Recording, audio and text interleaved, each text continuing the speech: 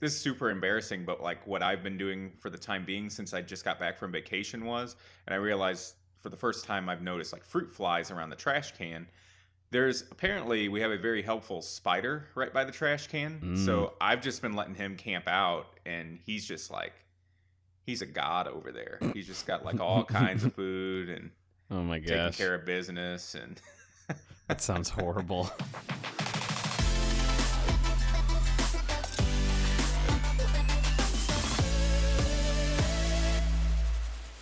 everything that follows, we will be discussing the new Christopher Nolan film Dunkirk, which means that at any given time we will be spoiling this movie. So if you haven't seen it, and spoilers are a problem for you, which they should be, then go see it first before you listen to the episode. We went and saw Dunkirk. Yes. This has been a crazy summer of movies, hasn't it? Yeah, I think I was commenting to you the other day. I feel like, at least in the movies that I'm interested in, there was a slew of movies that came out this summer. Because normally I'll have about one or two that I want to see, but this summer I think there's about six or seven. I kind of lost count. That's Yeah. how many there are. And not only that, but they're all like rated in the 90s in Rotten Tomatoes. Yeah, It's yeah, it's just and been crazy. Valerian notwithstanding, Yeah. which I haven't Yeah. seen yet either. But even that still has a mid-range reviewing system. It wasn't like trashed, Right, so right. we'll still have to see about that one. But yeah, like everything has been very successful so far, and it's kind of exciting. And so we went and saw the new Dunkirk movie because that was on the list for both of us, and we saw it in IMAX, which is worth mentioning because regardless of what any of us have to say about it, I feel like the IMAX experience on that was kind of part of the movie Yeah, in a so weird way. how familiar are you with Christopher Nolan and his sort of obsession with film? I know he's a big fan of IMAX. Like I know he's a big proponent of it, and I know he obviously has to like it enough because I also understand a little bit of enough to understand that the IMAX cameras are like big and bulky and like more difficult to use than just regular filming methods. And so I understand that like he's big into that and like how it captures the movie. And not that I've read any like big extended dialogues that he's talked about it, but I know enough and read little snippets of like quotes that he's talked about how he just really likes IMAX and like things you can do with it and Yeah, that sort of thing. so we actually didn't see it in his preferred way of watching his films. Oh, okay. He's like a hardcore film is the only way, film meaning actual celluloid, with a projector, Gotcha. is the correct way to watch a movie, and he's very, very like adamant about that. Ah, And sort of like Tarantino was. him With, and him and Tarantino are basically the only reason that Kodak sells film. Like, I mean, there's like, I think J.J. Abrams is technically in there too, but really those two guys spearheaded getting the some of the big film distribution companies to like pull together and like promise to buy a certain amount of film every year, enough for Kodak to keep making it. I don't remember which stock it is. I don't think this is IMAX stock actually, but like, Tarantino's big on 70 millimeter film, which I don't think IMAX stock is 70 millimeter. I don't remember all the details, but so we had the option of seeing it in either our theater's IMAX, which is a digital projection.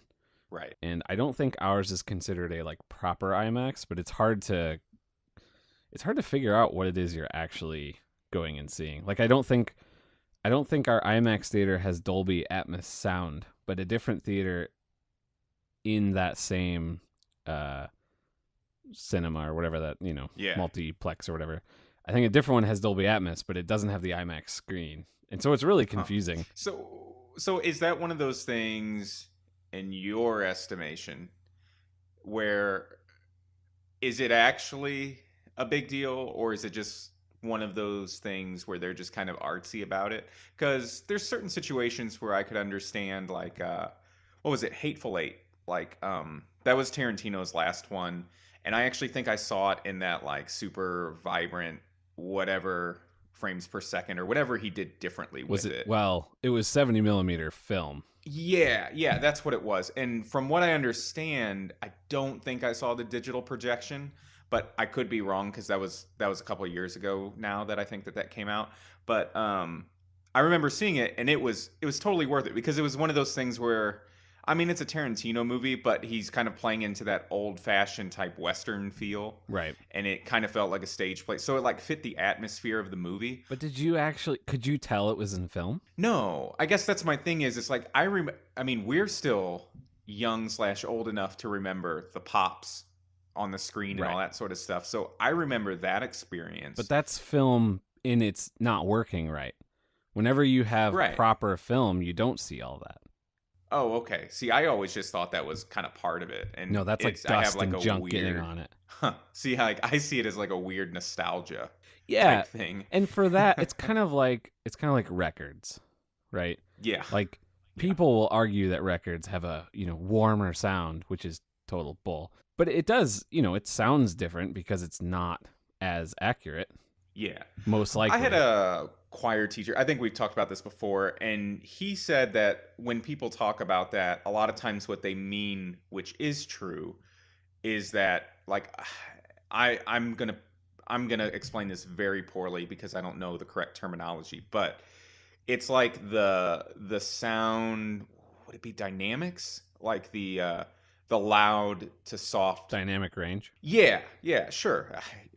That makes sense. I've heard that before. But yeah, so like whenever you're listening to a record, whenever it's in the low part of like say a symphony piece, it's going to be very, very, very quiet. Whereas in digital, I mean, you do have quiet spots, but you can always hear what's going on if it's at a certain set volume digitally. And so that's how it was explained to me by our choir teacher, which he certainly, and that was years ago in high school, but he definitely wasn't a hipster by any stretch of the imagination that's into like all that stuff. But he did say, like, typically what people mean, what they don't realize they mean rather, is that this is actually what's going on. It doesn't necessarily mean the quality is better, but if that's what they mean by quality, then in a way it's right, but it's also different than what a lot of people think they're talking about. So I don't know all the details on records. My I don't understanding either. is that a digital recording, especially like uncompressed, like FLAC or even like a wave format or something, Yeah. those can contain more information than a record can, even in Mhm. terms of dynamic range, and there's like volume, frequency. Somebody who actually knows what they're talking about is probably Right. screaming in their ear right now, but like, All of those record producers that we have. yeah, from our giant Catalog of audience, right? our audience. You're Yeah, right. we should know this. We're professional podcasters. Right. No, but the one I know more about is film. Yeah. And with film itself definitely does not capture as much information as a digital format Gotcha. does at this point. And a digital, I believe colorist is the right word. I think that's the person who would do this. But they can replicate film stock to a Gotcha. degree that no professional can identify. I can link to, there's a guy, I think he's the colorist for Ryan Johnson, I think, and that's the guy doing the next Star Wars. But Yeah. he also did Looper, I think, is I when thought it was Rian Johnson, but I'm probably wrong. I used I to have say no idea. what did I I used just I used to assumed say 'cause a of different way. it's spelled weird, and that's It's the like only reason I thought it was Rian. Rian. Yeah. I know. I thought it was pronounced differently too, and then somebody said, I don't know. We probably got that totally wrong. Either way, the guy who directed Looper, and then he's directing the upcoming Star Wars movie. Yeah. I think it's his colorist. I'll find it and link to it in the show notes. It's really interesting, but he has developed a system that can replicate different film stocks. But even that replication is degrading the quality, not quality, I guess, but it's degrading the image from a digital capture that is more pure to replicate the errors that film stock has. Mm-hmm. Like the actual, replicating the film grains Yeah. themselves. And he can replicate that to such a degree that no professional can tell the difference when they're looking at it. So his kind of argument is, film does have a specific look, which has a different feel to it. That is a legitimate thing. But you can totally replicate that with digital, but you also get better digital effects and everything because you do your digital effects on the pure image. Then you do your replication at the end of the pipeline so that your visual effects actually integrate better with the film. But more importantly, or not more importantly, but the reason why sometimes it's better to shoot on film is if you don't have the best people, like you can, whenever you shoot on film, you start out with that image. So for a simpleton like me, it's sort of like a distortion. Yeah, that'd be a good way to phrase it. Or a filter. Right. Yeah, it's like saying Polaroids are better than a digital camera. It's like, well, they're not better, but they do have a specific feel that's interesting, and we can now replicate that. That kind of makes sense, at least with the two directors, Tarantino and Nolan, because it seems like a lot of stuff that they do is practical. And so, I mean, is that kind of what you're saying? Like those sorts of things work better, or are better visually, potentially? Christopher Nolan says he does a lot of stuff practical, but he's a very visual effects heavy director still. He tries to cap. It's this is the same thing with Mad Max. Yeah, Mad Max. It's like got praised for its practical effects, but it was like extraordinarily heavy on the visual effects side. Yeah, like every single shot that people praise for having good practical effects had a dozen visual effects cars also placed in the shot. Gotcha. And so it's one of those like great examples of how practical effects are really helpful for making a visual effect look better. Mm-hmm. But also how like visual effects can really amplify everything else too. All of that to say, I don't know what actually all that was to say. Well, we were talking about why his preferred Nolan's preferred method. Why? Yeah, he feels very strongly. Both him and Tarantino, like they had specific websites to help you find the place where you could watch it in the most proper way. But it's like nobody can tell.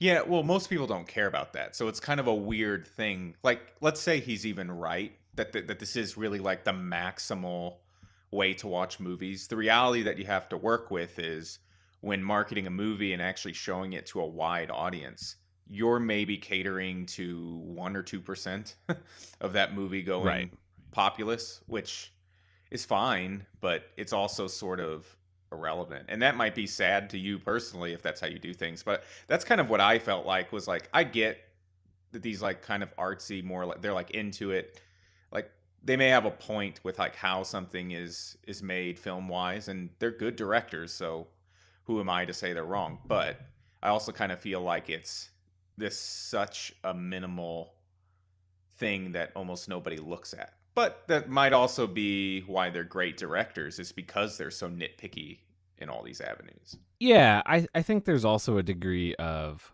elitism. Like, if you have attained a level where you have access to stuff that other directors don't, you're going to be like, hey, I have all this stuff. This makes it better. And then whenever a movie does really well on a shoestring budget shooting digitally and using lots of visual effects because they have to, it's kind of like, well, but they weren't as pure. They didn't put as much heart and soul into it as we did. But it's kind of a very elitist like mindset. If the audience doesn't care, like, why does that matter? Right. He actually got into a lot of hot water last week. I don't know if you saw this. Mm-mm. He basically came out against Netflix really hard, saying like, my stuff's never going to be on Netflix because that is not, they don't work with theaters and they won't put their movies in theaters.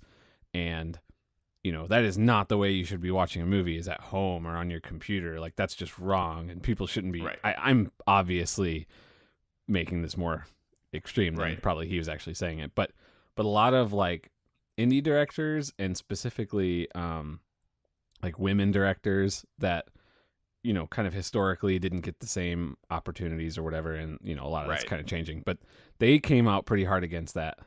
As like, one of them specifically is from Iran, I think, and she was like, you are you are really like, we're trying to get access to cinema for people, Mm-hmm. and they're not going to have this giant film projector.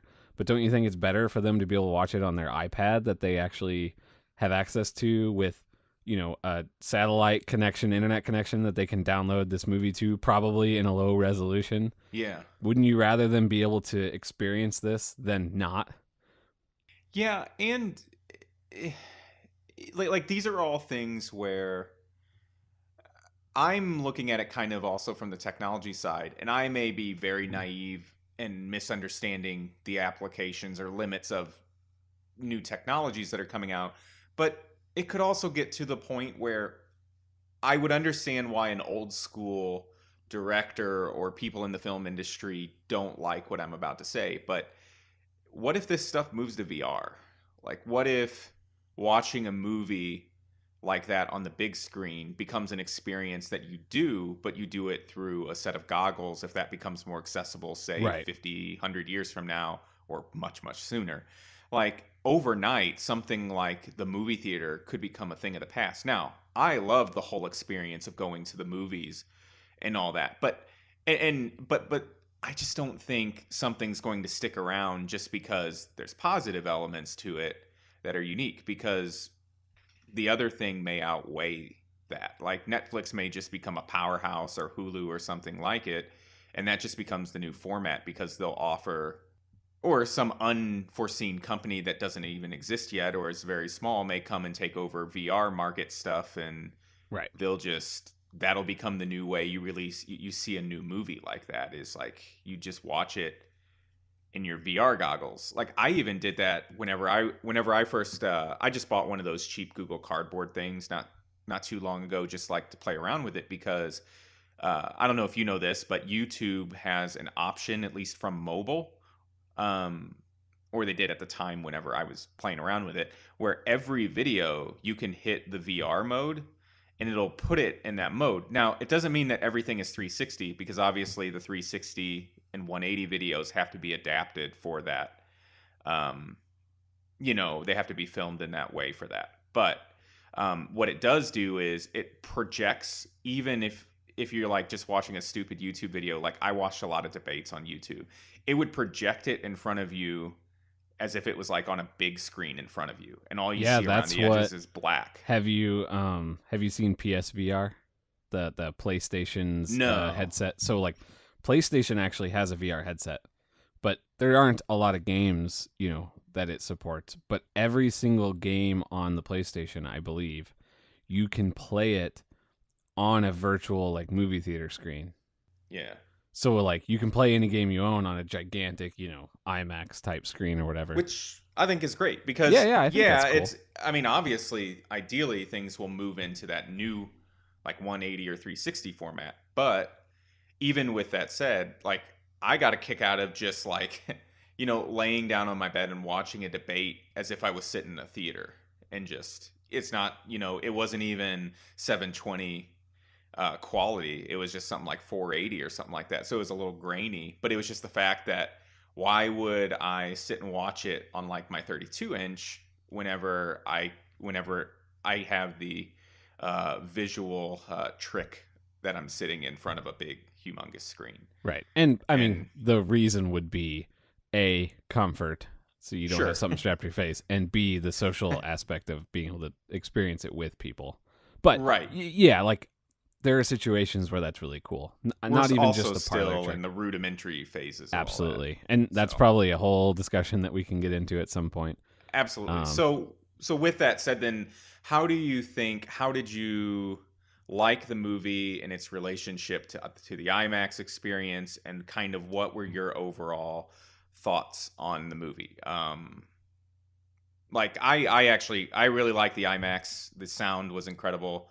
Especially with all the gunshots and the bullet sounds. Like I think I told you when we walked out, like the very first time you heard gunshots in the movie, like I jumped. Oh, absolutely. Yeah. It And was. I mean, Christopher Nolan is sort of famous for pushing his sound design to these like almost ridiculous levels. So seeing that in IMAX definitely is the right way to go. yeah. We watched. So when Inception came out, I went and saw that whenever it came out and loved it. Mm-hmm. And then a couple months later, we had family in town or something, and we went and saw it at the cheap theater, Mm-hmm. which did not have very good sound. And their speakers were like, it was like whenever you turn like music up too loud in your old junky car Yeah. and you like lose the bass. That was what it was like. It was like listening to it through cell phone speakers. It was so awful. Huh. It was really weird. So yeah, I knew going in like we should probably optimize for sound. And I think the IMAX theater is the best one, at least at ours, for that specifically. Let's start out with kind of our original thoughts. And you can start. Okay, so overall, I liked the movie. If I were to give it a rating, I'd give it 4 out of 5 stars or an 80%. It wasn't a war movie that particularly like blew my mind or anything. It's not something that like I would probably watch it if it's on TV again. Like it's one of those like, oh, that was a good movie, but it's not like Saving Private Ryan levels for me. Right. So all of that to say is I don't want to say anything negative about it because I thought it was a great movie, but it was just good. Like that's kind of how I felt. Like I walked out, I was like, hey, I'm glad I saw that. It's a good movie. I'd watch it again sometime whenever they inevitably rerun it on like TBS around Veterans Day and stuff like that. Like I'll watch it. If I have a choice between it and like Saving Private Ryan or Hacksaw Ridge, I'll pick up the latter two. But but it was a good movie. Like it was worth recommending. So that's my thoughts. And I kind of expressed this. We tried not to talk too much about it afterwards, but we couldn't help ourselves a little bit. For the listeners, by the way, we are ruining our lives so that we can stop and talk about these things on the podcast. Yeah, this is the only thing me and Dan ever talk about. So, our friendship is broken. We went to a restaurant afterwards and just stared at each other for 2 hours. Well, let's be honest. That's what we do at restaurants already. Right. It was delightful. Yeah. So I feel like it didn't move me, if that makes sense. Yeah. Like for whatever reason, it didn't ever catch me, and I never really got pulled in. And so because of that, I feel like the whole movie I was very nitpicky in a way that was probably unfair. Mm-hmm. Does that make sense? Like whenever I saw Suicide Squad, I could confidently come out of that and say that movie was a terrible piece of garbage that I would never recommend to anybody and had no redeeming qualities. Yeah. But obviously that wasn't the case here. Like I would recommend somebody to see it, I think. Yeah. But it was mostly like a sort of frustrating experience for me. And so I think part of that is just because, I mean, you're a big Christopher Nolan fan. So for something to not be as big as all the hype was, that's true. Kind of a letdown. Although weirdly, I didn't have a lot of hype for this one. Like I kind of, and this might be one of the negative impacts of the sort of no spoilers, avoiding trailers kind of thing. Yeah. Was I think sometimes that allows me to hype myself up to a level where I'm going to like it no matter what. And then after the fact, I might recognize that it maybe wasn't as good as I originally thought, but who cares? Like the experience was fun. Yeah. But I don't know if that's really what it was. But yeah, you're probably right. Well, I think part of it, and I did mention this a little bit after we saw it. It was one of the few things we mentioned to each other. But like, as I watched it, like I immediately saw what the divide was because I didn't read. I made sure not to like read anything that was like spoilery as far as like plot points and stuff. Even though I've watched some documentaries over the summer, like I think the Ken Burns documentaries on World War II, and like I've read about it. So I mean, I knew what happened at Dunkirk. It wasn't a big mystery to me. I knew how it all end up. But I did avoid stuff about the movie. I just kind of looked at like the little snapshot stuff, like on Twitter Roundup, like what critics were saying about it. And it seemed like the ones that didn't really like it, which were hard to find because it was kind of overwhelmingly acclaimed. But the ones that didn't really care for it or like begrudgingly had to give it, kudos because it was a good movie, but they didn't care for it, all kind of have this theme where it was just kind of boring. Yeah. And and as I was watching it, like I immediately about maybe 10, 15 minutes in, I found myself in the camp going like, oh, okay, this is really cool. I like this, but I completely understand where that sentiment was coming from.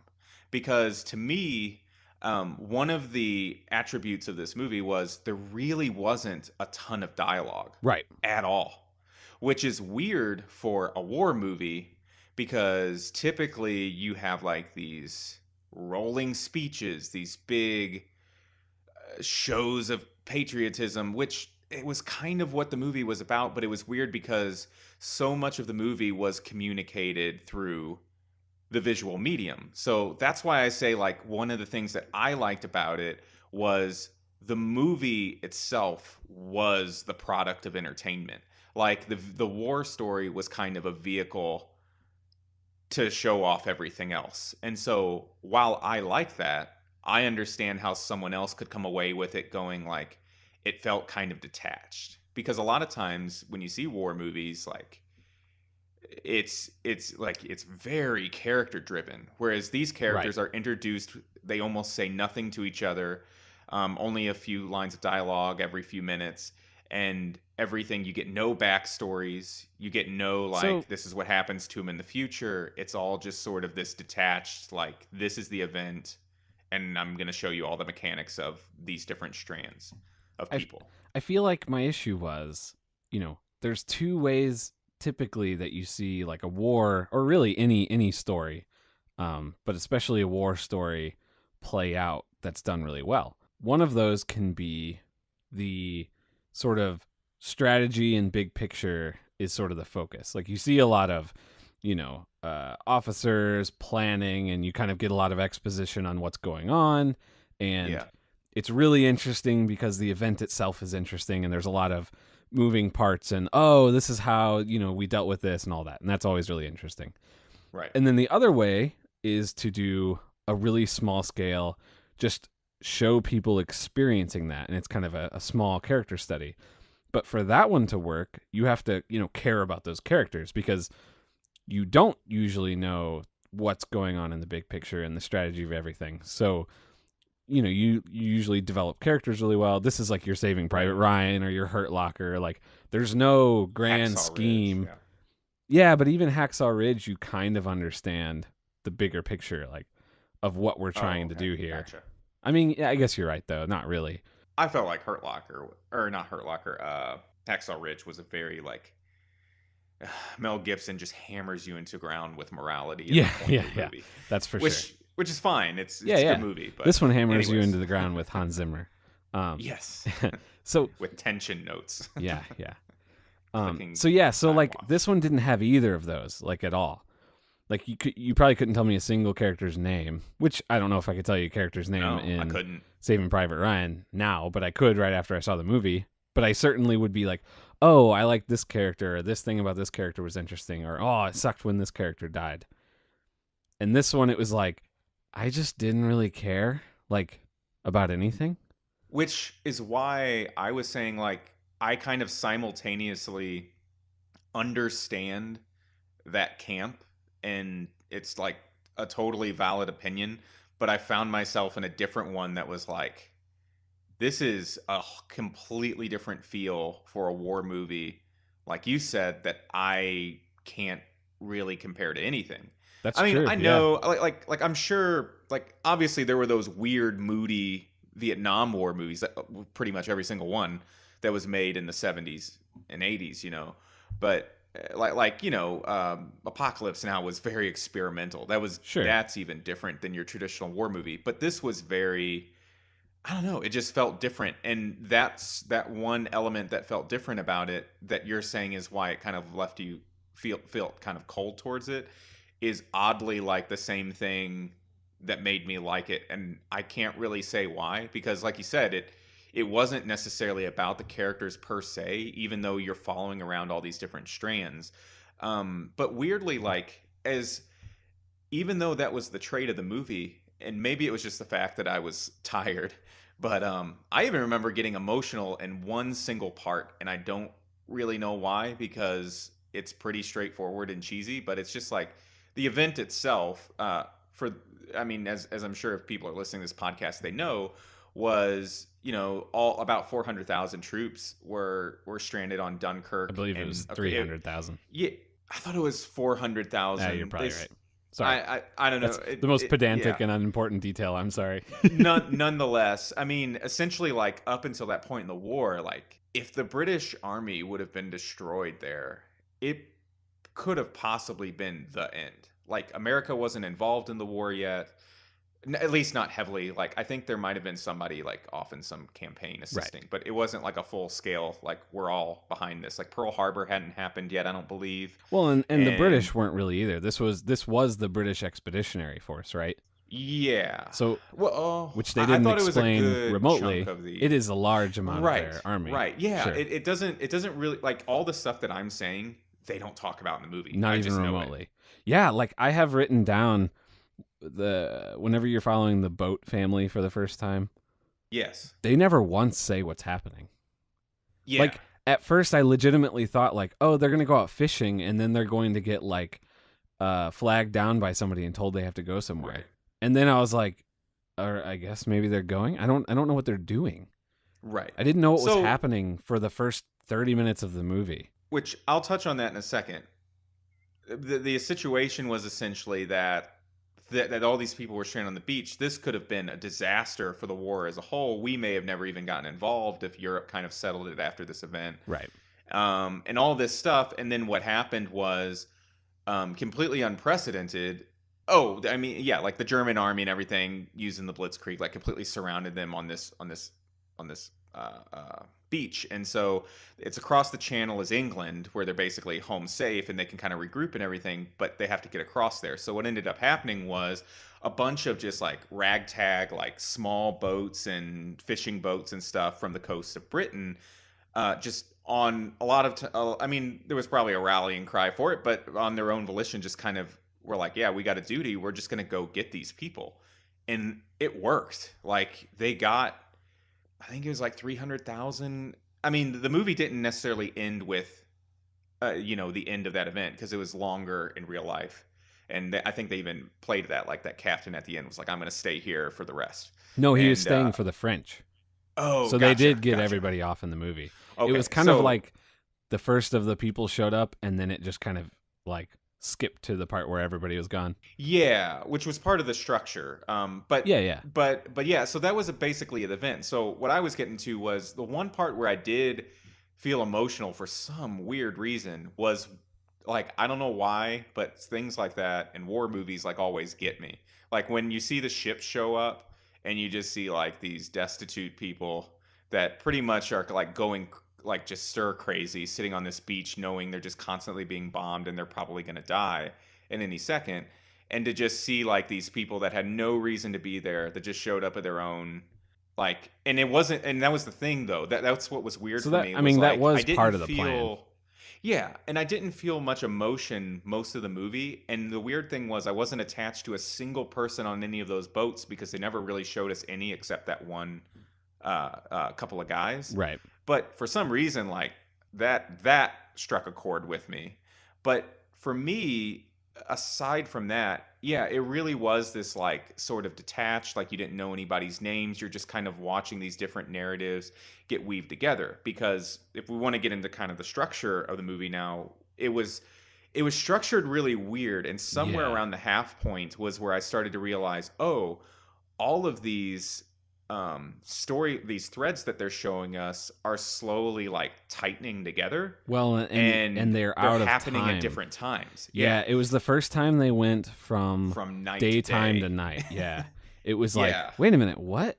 And then you kind of start realizing like, okay, right. this is Christopher Nolan doing his thing, but like I wasn't expecting him to do his weird multi-timeline out of time thing Yeah, in a war movie, but he still kept up with it. yeah, yeah. And so while I understand like in a war movie someone having different expectations, for me that's what kept me entertained was the movie. At a certain point you realize all these threads are slowly like, I'm trying to think of like a good metaphor for it, but it's like different different like yarns that are slowly getting knitted into something in the center. Right. And by the end of the movie, I think that's why a lot of the more like critics that are into like film and stuff like that like gave it so much praise, because like the construction of the movie was interesting. But if you don't necessarily, which I'm not saying you don't care about structure, because I know you Yeah. do a lot, but That's if usually in a why I war love movie, Christopher Nolan. yeah, and but in a war movie, it's not necessarily it's not for everyone. It's like it, like tonally. And so while that was something that I just found really interesting for some reason, and with that and just like Hans Zimmer on speed doing the soundtrack, We'll get to Hans it Zimmer was in a just minute. like everything like it was. I realized that you thought, I kind of get the feeling that you thought the soundtrack was a bit Let's too talk Hans about the Zimmer. soundtrack in a second. I want to Okay, staying on the structure though. structure. So I found it almost exhausting at first Mm-hmm. when it was like, what is happening? And actually, I have a question before I keep going. What? So remember at the beginning there was like those title cards. Yeah.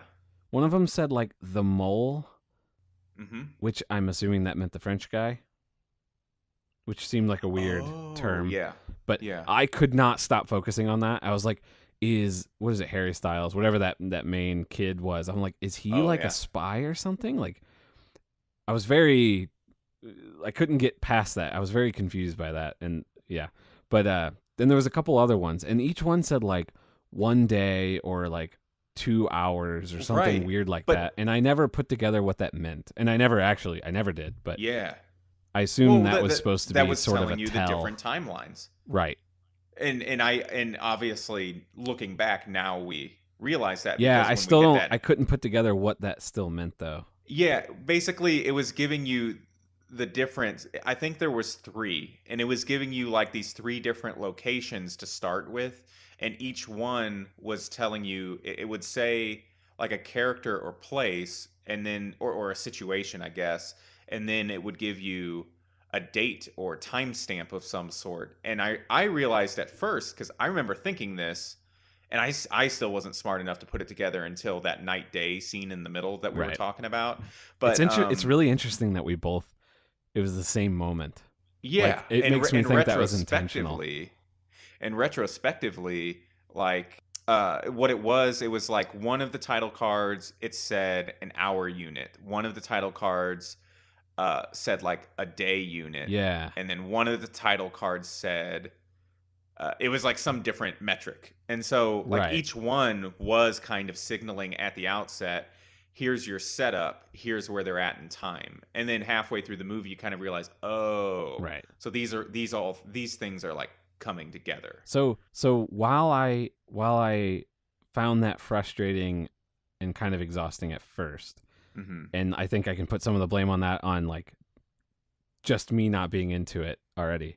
When they Hmm. came together, where the plane, which we haven't even talked about yet, and the boat and the kid, when all three of those came together, that was amazing. Yeah. Well, That whole see, scene was amazing because there was a setup and then there was something I like wanted to cheer for. You know what I mean? Like yeah. there's a bomber coming, there's a boat, bomber hits the boat. Or no, there was a bomber coming, there was a boat, and then there was the big boat that the bomber was trying to hit. And the other one was the ones that were trying to rescue the people or whatever. And so you had these like three pieces that you now fully understand the context for each one of those pieces, Yes. and you could kind of root for And then an what was outcome that was happening, good. and this is why I was entertained by it structurally, was because I can almost now I'm putting thoughts in Nolan's head at this point, and so I'm only speculating here. But I feel like at first I was like, like I'm entertained by this, but why would he choose to structure it like this? And then Well, that's what he does what with every one of his movies. well, sure, but also what it did was, I guess, like let's say there were essentially three different points happening at three different points in time that it kept going back and forth through. What it did was it gave it the chance to have these three finales happen at the same time Right. at the end of the movie, which that was kind of like, I was just kind of like, oh, that's really kind of an interesting way to do it, because I could also see, because one of the issues that you have dealing with real life events, which I don't really think he would have had that issue with this sort of real story because it's pretty straightforward. But one issue that you have is if you're trying to tell like a complex story that was based on real life doesn't necessarily have to have a beginning, middle, and end. And so, what you're trying to do when you're telling a story or making a movie about a real life event is you're trying to build that. You're trying to create that Right. climax. And when you're dealing with a host of characters that were either just literally bored on a beach, um, or they're the generals, or they're these just people off the coast that this little strand of a story from. Like it can be, I could see it being difficult to say like, well, this is what we're dealing with. It's a real life event. We have to create a climax here, and it's weird to like tie those things together. And so he kind of had separate things where they didn't have huge interaction with each other until these like pivotal moments, and he made those, and the differences in time allowed him to make all of those climaxes happen at once. And so as a film, it like worked really interestingly in that way. Right. Its structure like lent to its finale really well.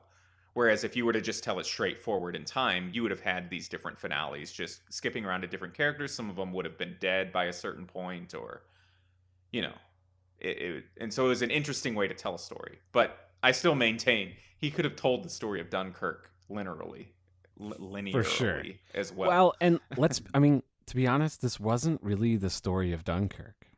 It was the story of It was using it as a three platform people for a movie.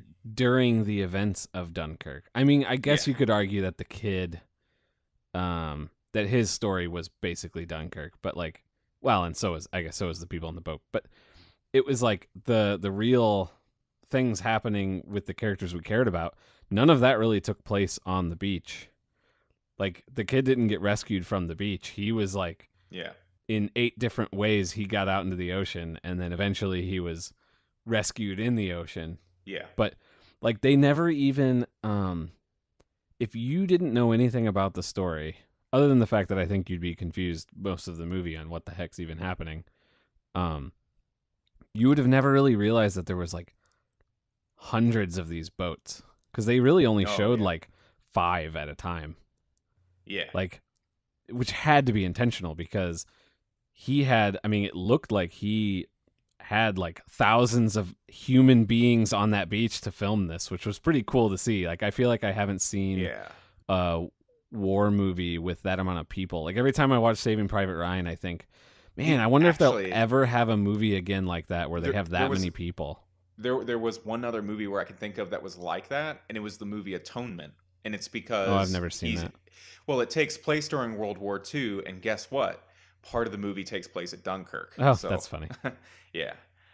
So that's the only other thing I could think of. But it wasn't necessarily a war movie per se, so it doesn't fit that bill. Yeah, I think we see our heroes shoot back at the bad guys, aside from the plane stuff, like just at the very beginning, right? Do they ever fire a weapon outside of that? No, and that's really all that event was, though. There wasn't much fighting back and forth. And one thing I wish they would have showed, though I realize it wouldn't have fit the structure that he weaved for the movie, which is part of the criticism I think that you're leveling, which I understand. But one of the things I wish they would have shown was like the French were pretty much like they took it for the British, right? Like big time, yeah. And like they were like, okay, we're gonna hold all of this off, and you guys get out, and they were pretty much just like annihilated. Yeah. At that point. Well, there was also a whole big story, like the Germans actually like stopped their tanks, like they could have gone in and decimated everybody. Yeah. And they decided, like, I don't remember which general it was, but it's like his folly that he stopped them there and said, oh no, we don't want to waste any tanks, we're just gonna do air raids the whole time. Yeah. And like that, but I can totally understand why you don't do that. Saving Private Ryan shows D-Day the best of any movie, because it just shows one guy going through it. Right. You know, we don't hear generals arguing about why didn't I, get my artillery cover like I was supposed to have or anything like that. We just experience a raw. which you get in the old classic black and white film The Longest Day, which is a great movie, by Oh, the really? way. I have not seen it. I don't know anything about it. It's got like every actor you can possibly think of in like golden age Hollywood, like including John Wayne, Sean Connery, just like Ronald all Reagan? kinds of, maybe he might have been there. But the whole thing is just like this monstrously long, like 3 or 5 hour movie or something like that. That's just going different spots on D-Day. But anyways, I don't want to distract too much. Yeah. I take your point, but I think that was, it's a good thing that they didn't do that. I'm not saying they should have. yeah, Dunkirk is a really fascinating story, and they decided to tell a small story inside of it, and like yeah. that's fine. The part that I'd be frustrated with again is that they didn't really do anything with the characters. But Yeah. One thing I will say, I this is kind of a just a side thing that it's interesting because I feel like I have a little bit of a different perspective on this because I lived with a Hungarian roommate up until a few months ago. Whenever I like bought my house and he moved out, because he graduated, and so it's interesting because I got to know him for a while, and he's like super into war movies and spy movies and things like that. And it was interesting because his country was, of course, on the German side during World War II. So like their history, even though it's the same history, it's like this weird, like you almost see a different side of things, even though a lot of like the Nazi stuff was pretty clear cut. Like Nazis are bad guys. They were clearly doing like evil stuff. Right. But there was a lot of other countries involved that were just kind of part of like, well, we're just part of this war machine on this Axis particular powers side or whatever. Yeah. And so he was part of that. Now, correct me if I'm wrong. Austria-Hungary, it was its own country, Hungary, after World War One. So in World War Two, I don't know if it got divided after World War One or World War Two, but nonetheless, like one thing that I was happy about in this movie, and I'll tie this back to my roommate here in a second, is at the end of the movie they had some of the people that had gotten back sitting on a train, and someone handed them a newspaper, which I'm pretty sure was a real article. Because at least the quote that they were giving from, I think, Churchill was real. And it was basically like Churchill, of course, painted this as like a victory. Right.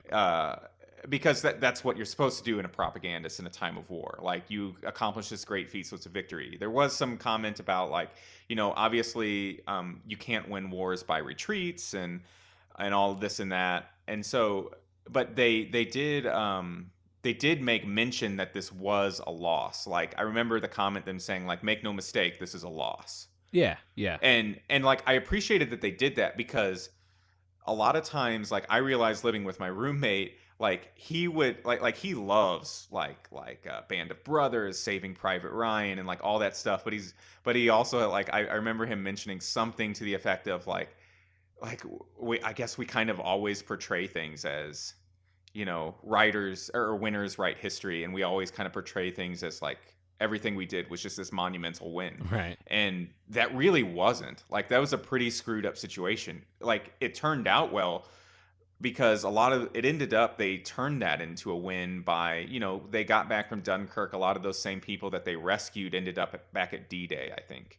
And so like there was some good stuff that came out of that, but it was also a loss. Like Right. that war was doing awful for Churchill our quote unquote famously side. turned that into a like really, really strong rallying cry. Right. Especially with, it had a very protect the homeland feel to it because, you're just trying to get your boys back, and like the citizens went out and rescued everybody. And I think that's on the level of D-Day in the UK.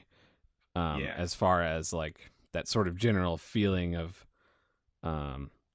national pride or whatever, And which is probably why Nolan, being British, he probably didn't feel like it needed a bunch of exposition. Like the idea here wasn't we're going to try and tell this story. It was people know what Dunkirk is. Let's do some stuff with it. Yeah. And that's very possible too. I didn't even think of that.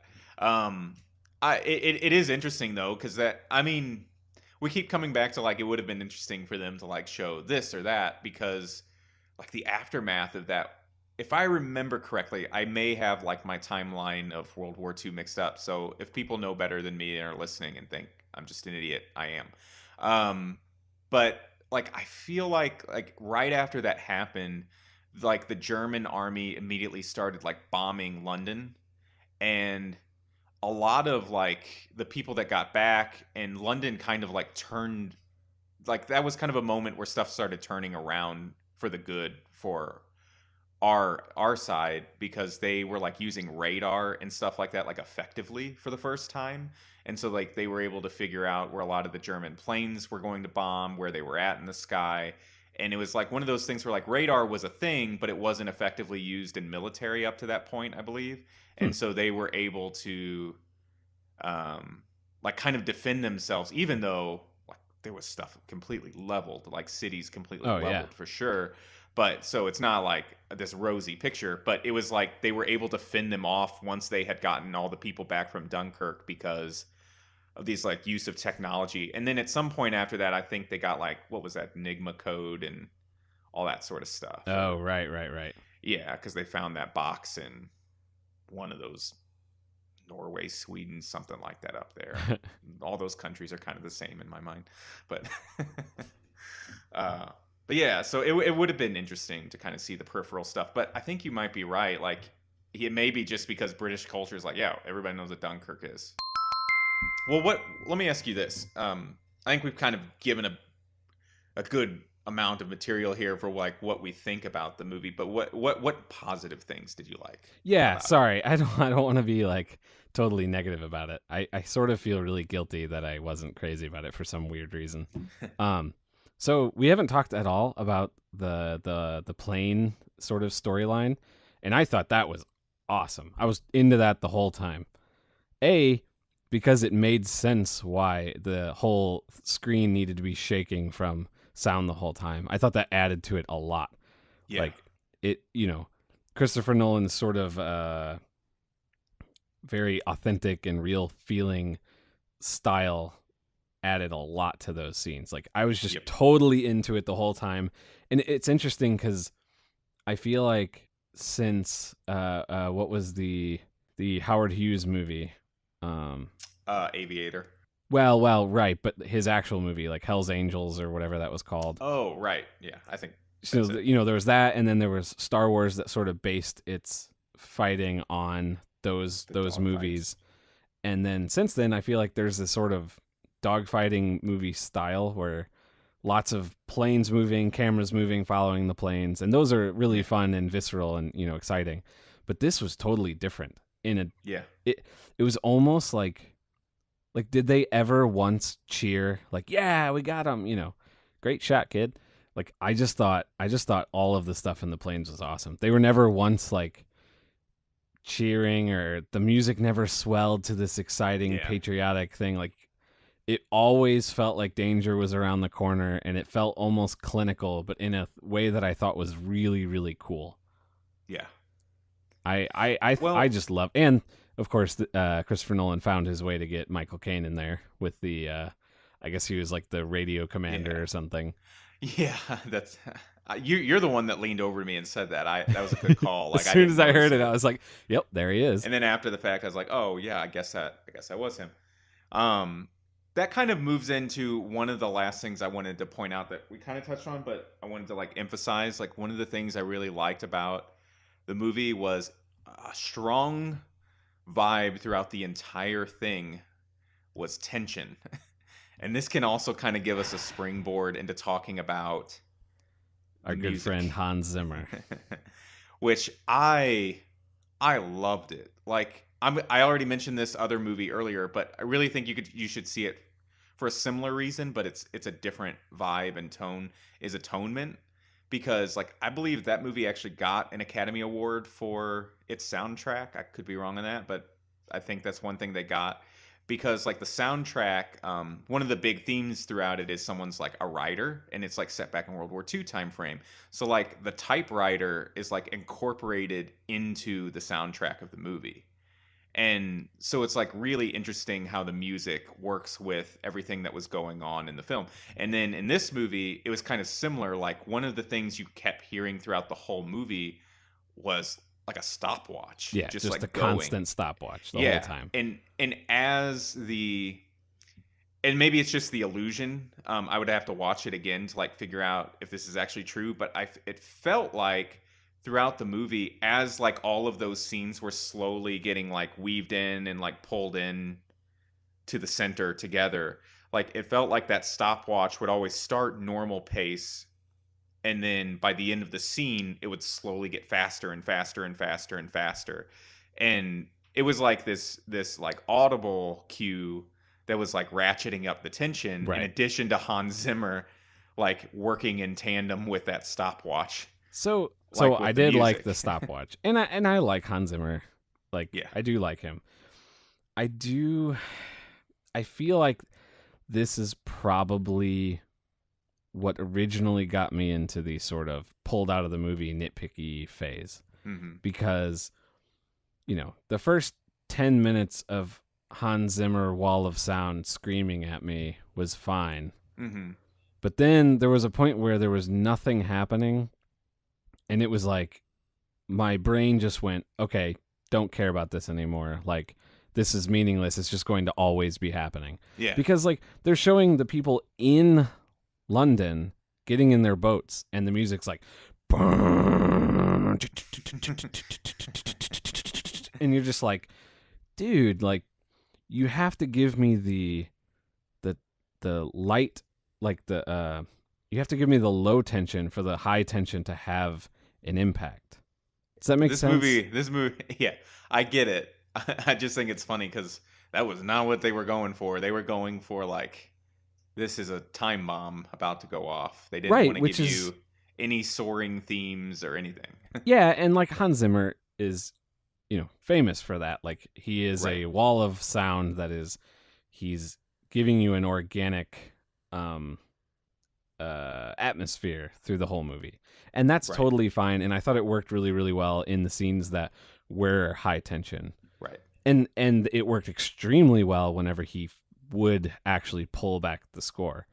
Like the very opening, whenever they're getting shot at, Yeah.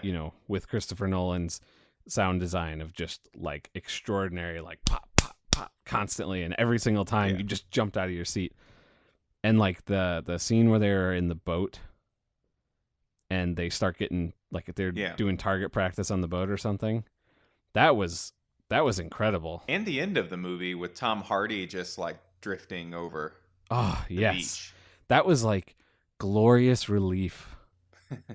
Not because, I cared about these characters and everybody's getting rescued, but because my ears could stop bleeding for 5 minutes.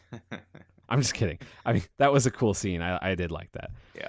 Because it was just, it was just like silent and sort of, you have this sigh of relief from the tension of the movie. But Yeah. to me, it was just too much in times when it didn't feel appropriate. Yeah. And that's I can where see it that. kind of pulled me out. But, I can totally see where I think it's one of those switches that it's like for people. And when you get pulled out, sometimes it's hard to get sort of back into a movie. Yeah, I And get that. because it never let up, it was hard to get back in because it was always screaming at you. Yeah. And also, like, I don't know if this was our theater or if this is normal, but like the actual screen was shaking. Did you notice that? No, I didn't. So like once I noticed it, I couldn't stop looking for it. You know how that is. Mhm. But like you could just pick, a sharp edge somewhere, like somebody's shoulder or, plane or something. And when that bass was really heavy, like the screen was visibly shaking and making everything blurry. At first I thought it was something like it was put in intentionally as an effect. I was like, oh, that's really interesting. I should probably note that. And then it happened enough where I'm like, that's not on purpose. This is something like almost wrong. Yeah. But that could have been our theater, I can't. Yeah. Because it's not, I mean, it's a good theater, but it's not top notch. They were Right, in the middle of renovations. Yeah, that's true. Yeah, maybe everybody's listening to this like, what are they talking about? They were actually just doing construction in the theater next door. Yeah. They were just shaking the whole theater. It was a jackhammer. Okay, so I feel like overall I may have liked it a little bit more than you, but it's not necessarily say that you're just crapping all over it. But Yeah. I so really don't want to give that overall, impression. I gave my rating. Do you have any last words to say about this movie? What would you rate it? Um, Maybe not the best Nolan movie in your book, but what would you say? I'd probably put it. I'd probably put it in the like mid-70s.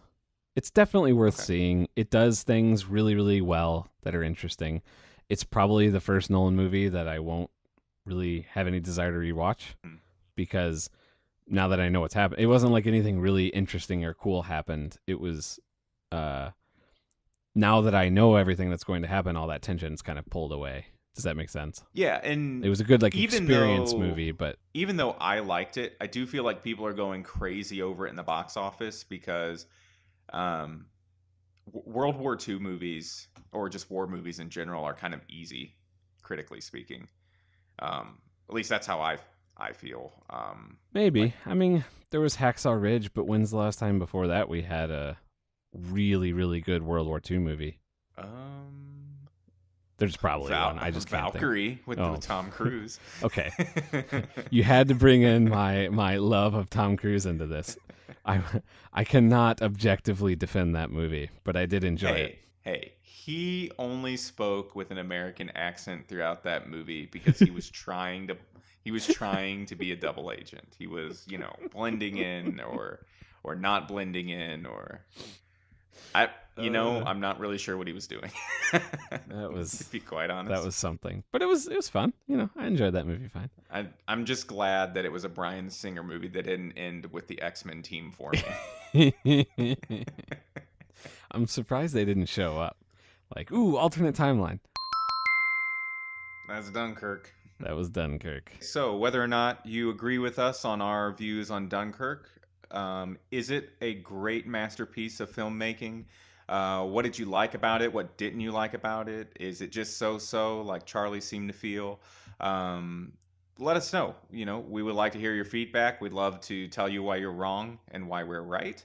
And maybe you can even get us to fight with each other out in public and on Facebook. So if you want to follow us on Facebook, you can find us at A Town FM, and you can also find us on Twitter at the same address and our website at atownfm.com. No slash or hyphen. Yep. And if you like what you hear so far, or if you don't like it but have no problem lying, you should go to our iTunes page.